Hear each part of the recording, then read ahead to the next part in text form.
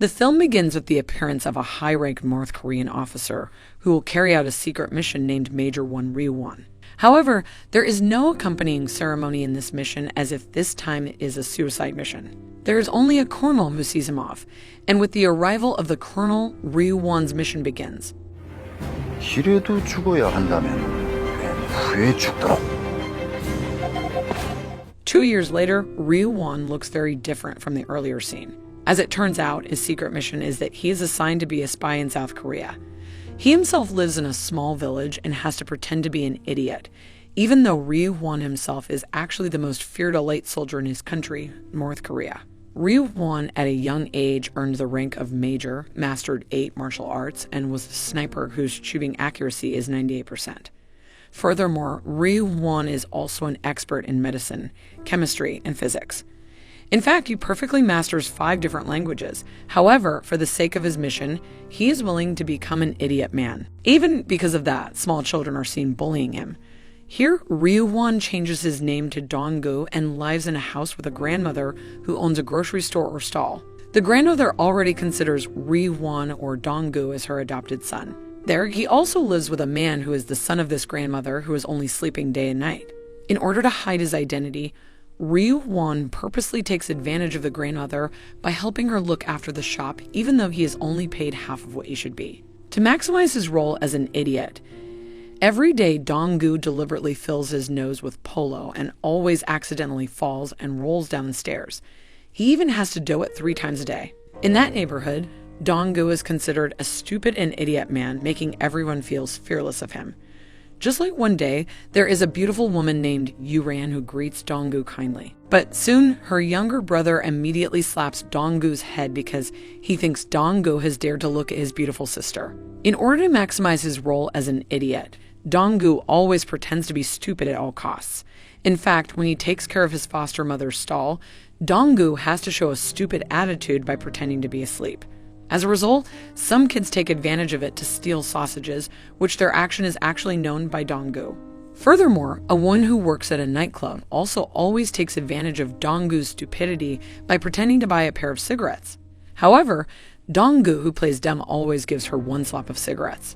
In this neighborhood, there is only one person who knows who Dong-gu really is.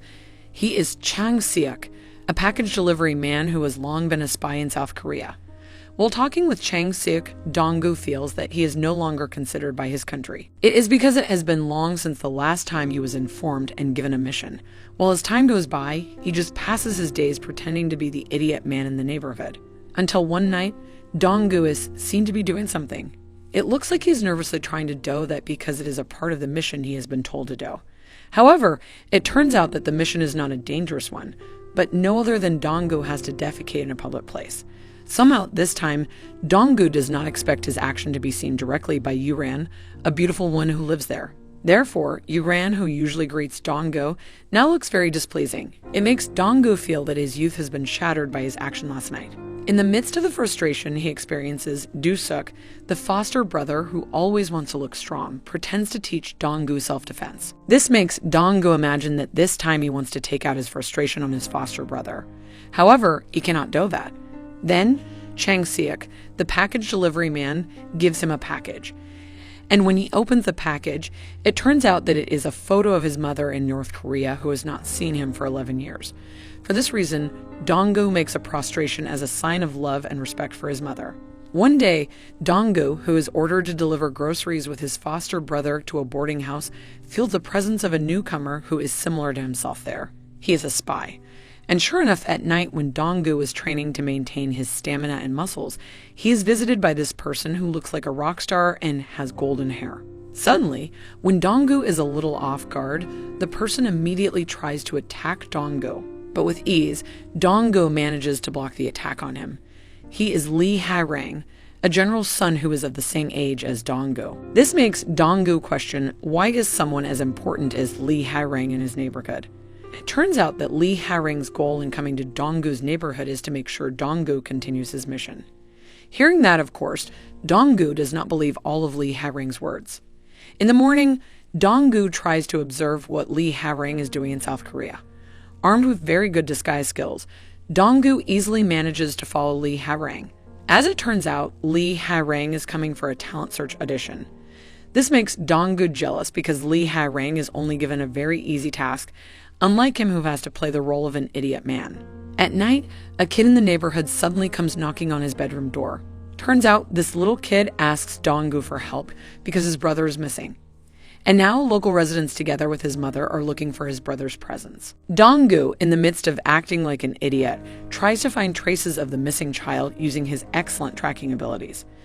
Dong-gu jumps from the roof of the house to another house to find out the location of the missing child.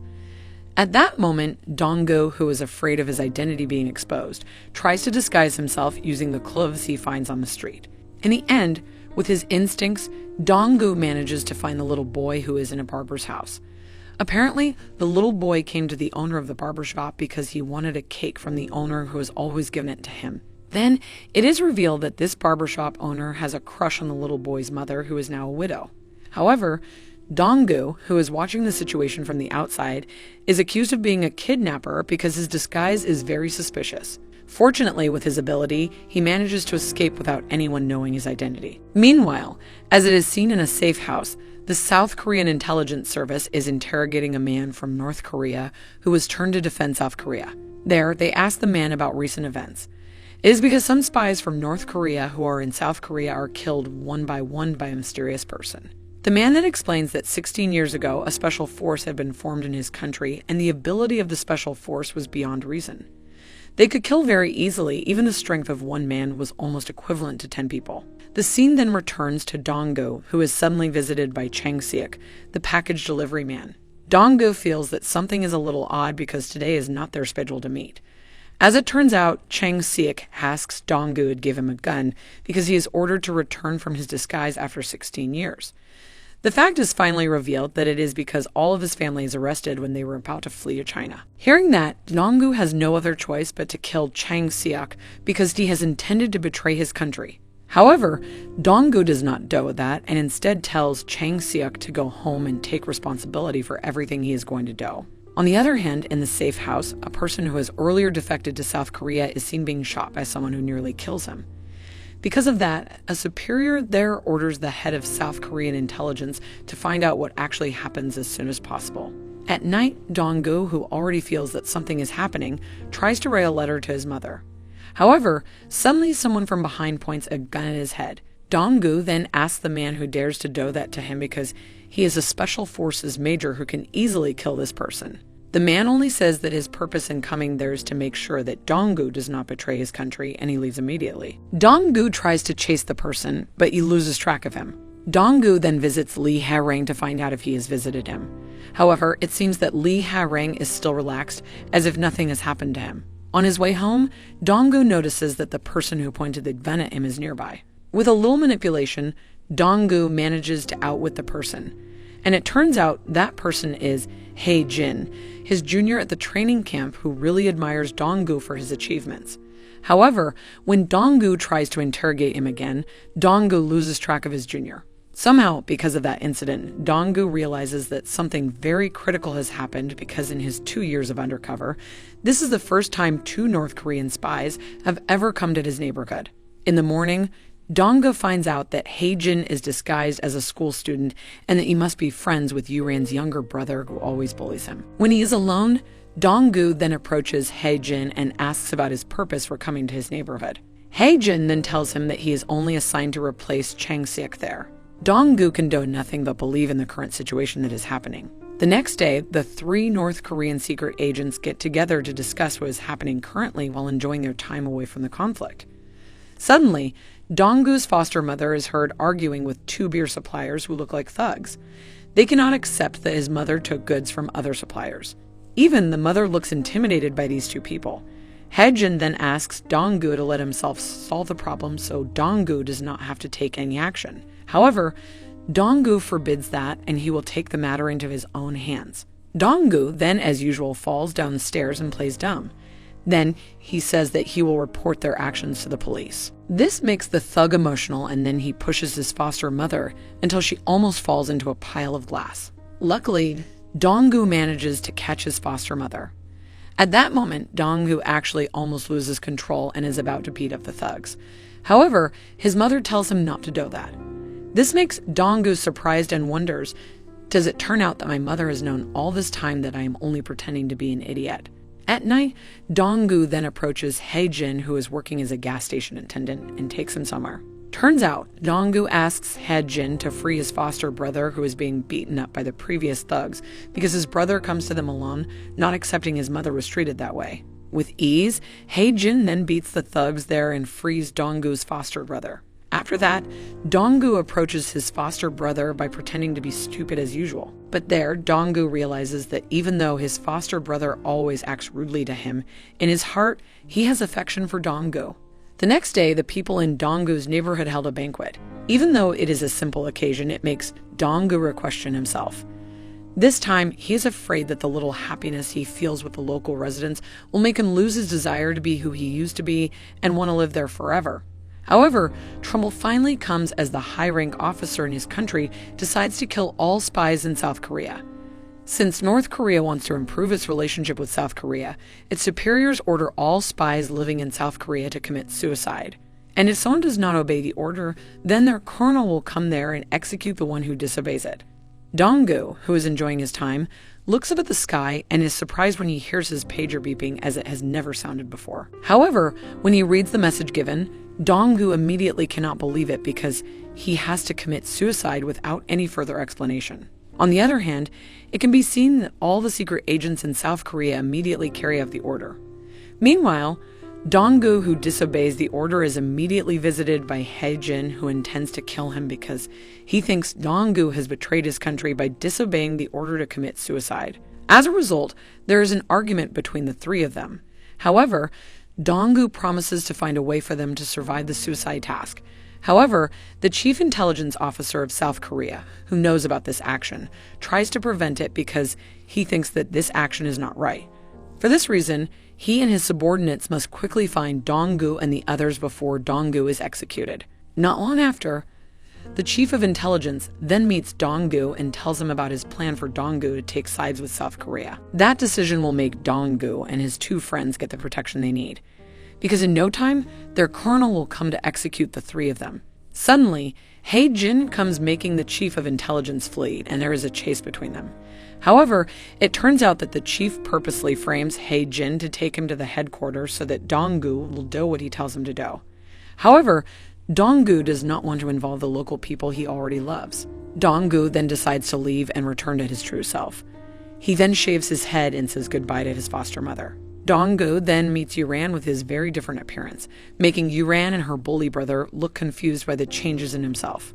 Furthermore, Dong-gu, who knows that the woman working at the nightclub does her work for the sake of saving to meet her child abroad, then hands over all his savings along with the address of her child. He then meets Lee Hae-rang and asks him for help to release Hae-jin. Meanwhile, he will meet the colonel. When meeting the colonel and his men, Dong-gu asks him if his family or mother is still alive, because that is the only thing that makes him disobey what his superiors tell him to do, namely to commit suicide. However, the colonel instead orders his men to kill Dong-gu that finally a fight breaks out there. Dong-gu easily defeats the colonel's men. Somehow, when he is faced with the colonel himself, Dong-gu starts to get pushed back. Because of that, he loses his concentration, which makes the colonel's men manage to injure Dong-gu from behind. Dong-gu is now even more cornered, and that makes him fall down. Unfortunately, a child who always bullies him is there. Dong-gu quickly tries to save that little kid first. Finally, Lee Hae-rang comes with a car and they run away. After that, as if there is no other choice but to fight, Dong-gu and Lee Hae-rang decide to take the fight by ordering Chang Seok to bring weapons. However, when he arrives at the promised place, Chang Seok only brings some bricks, and it is finally revealed that Chang Seok is actually a lecturer from North Korea. The reason why he is in disguise is to make sure that the special forces formed by his country can do a betrayal. That way, he can prove to his country that there is no point in forming special forces. Because of that, like it or not, Dong-gu and Lee Hae-rang must defeat Chang Seok and his men first. However, Dong-gu cannot fight because he finally finds out that his family, especially his mother, had actually been executed a long time ago. This makes Lee Hae-rang fights so hard to block Chang Seok and his men. Meanwhile, the colonel will soon be there. Luckily, Hae-jin comes because he has made a deal with the chief of intelligence to do anything, even if he has to turn away from his country as long as Dong-gu, the person he admires, can survive. Hae-rang then takes Dong-gu, who still looks contemplating, to the roof of the building. There, Hae-rang then persuades Dong-gu to get back up and fight one last time so they can live and find out what really happens. Dong-gu, who hears that, then makes up his mind to be safe with Lee Hae-rang and also Hae-jin. Then, the colonel comes there with a bunch of his men. With his fighting skills, Dong-gu manages to defeat many of the colonel's men, while Hae-rang faces the colonel's confident. Now only the colonel is left to fight Dong-gu. The colonel knows that Dong-gu's martial arts skill is great, but that does not make him budge because he is the one who taught all of those skills to Dong-gu. This makes Dong-gu get pressured by the colonel. When the colonel is about to kill Dong-gu, suddenly the chief of intelligence comes there with his troops and orders the colonel to surrender. However, the colonel has intended to die from the start after killing Dong-gu. When the colonel is about to shoot Dong-gu, suddenly Hae-jin shoots the colonel first. Feeling pressured, the colonel then takes a grenade in his pocket and intends to commit suicide together. However, Lee Hae-rang then comes and immediately pushes the colonel with him until the grenade explodes, killing both the colonel and Lee Hae-rang. After that, Hae-jin then tells Dong-gu to run away and not to waste Lee Hae-rang's sacrifice, and that he will detain the intelligence forces. However, Dong-gu seems to have given up on what happens. Moreover, there is nowhere else for him to go. Somehow, he then sees a bank account book in his coat pocket, which turns out to be a deposit belonging to his foster mother, who always puts Dong-gu's wages into the bank for savings. And there, his mother wrote that she has considered Dong-gu as her own child, making Dong-gu want to return to his life with his foster mother and the neighborhood. However, Hae-jin instead fires his rifle at the intelligence troops and hits the chief of intelligence. This makes them inevitably have to paralyze Hae-jin. Seeing that, Dong-gu then hugs Hae-jin until both of them fall down and Hae-jin and Dong-gu finally die. The film is then ended by showing Dong-gu's true desire, in which he wants to live happily with Hae-jin and Lee Hae-rang in the neighborhood where he lives.